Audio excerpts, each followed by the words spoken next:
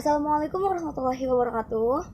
Perkenalkan, nama saya Rizky Fatima dari jurusan Psikologi Islam dengan NIM 200103040226. Pertama-tama saya ucapkan terima kasih kepada Bapak Muhammad Abdillah Ihsan, SPD MA, yang telah memberi saya kesempatan untuk menjadi pemateri pada hari ini.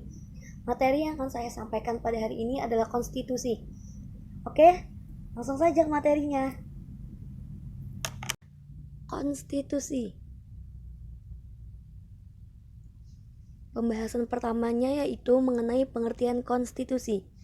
Konstitusi atau undang-undang dasar dalam negara adalah sebuah norma sistem politik dan hukum bentukan pada pemerintahan negara, biasanya dikodifikasikan sebagai dokumen tertulis. Hukum ini tidak mengatur hal-hal yang terperinci, melainkan hanya menjabarkan prinsip-prinsip yang menjadi dasar bagi peraturan-peraturan lainnya. Konstitusi pada dasarnya memiliki pengertian luas, yaitu keseluruhan peraturan, baik tertulis maupun tidak tertulis, yang mengatur secara mengikat mengenai cara penyelenggaraan suatu pemerintahan.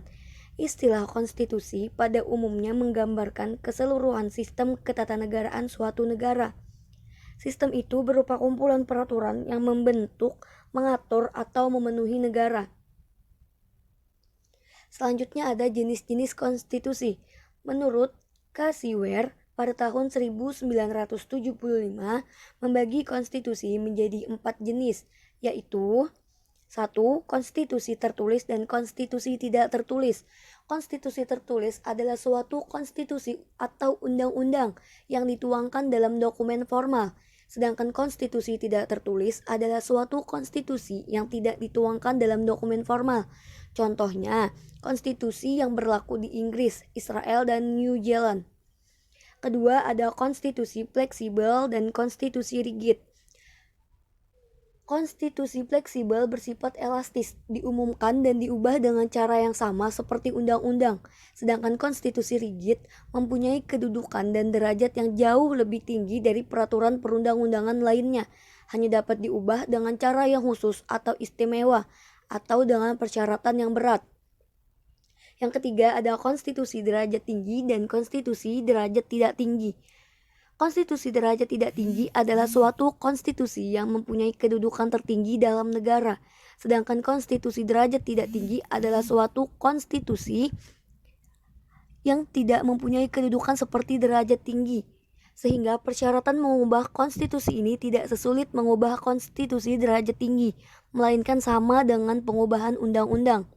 Yang terakhir atau yang keempat ada konstitusi negara serikat dan negara kesatuan. Konstitusi negara serikat didapatkan sistem pembagian kekuasaan antara pemerintah negara serikat dengan pemerintah negara bagian. Pembagian tersebut diatur dalam konstitusinya atau undang-undang dasar. Dalam negara kesatuan pembagian kekuasaan tersebut tidak dijumpai, karena di seluruh kekuasaannya disentralkan di pemerintah pusat, walaupun dikenal juga dengan desentralisasi. Selanjutnya ada tujuan dan fungsi konstitusi. C. F. Strong menyatakan bahwa pada prinsipnya tujuan konstitusi adalah untuk membatasi kewenangan tindakan pemerintah, untuk menjamin hak-hak yang diperintah, dan meneruskan pelaksanaan kekuasaan yang berdaulat.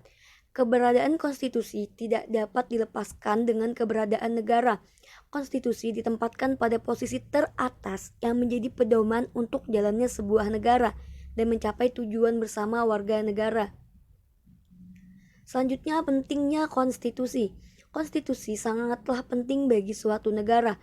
Konstitusi akan mencegah terjadinya penyalahgunaan atau penyelewengan kekuasaan yang dilakukan oleh pemerintah atau penguasa, serta menjamin agar manusia tidak saling melanggar hak-hak asasi manusia. Konstitusi mempunyai nilai-nilai yang sangat penting dalam suatu negara, karena negara tidak mungkin membentuk tanpa adanya konstitusi. Karena itulah, konstitusi menempati posisi yang sangat krusial dalam kehidupan ketatanegaraan suatu negara. Sedangkan Profesor Mr. Djoko Sutono melihat pentingnya konstitusi dari dua segi. Pertama, dari segi isi. Karena konstitusi memuat dasar dari struktur dan memuat fungsi negara. Kedua, dari segi bentuk, karena yang membuat konstitusi bukan sembarang orang atau lembaga. Mungkin bisa seorang raja, raja dengan rakyat, badan konstituante, atau lembaga diktator.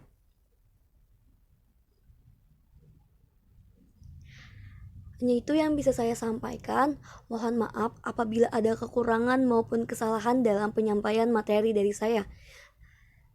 Terakhir, wabillahi taufik wal hidayah. Wassalamualaikum warahmatullahi wabarakatuh.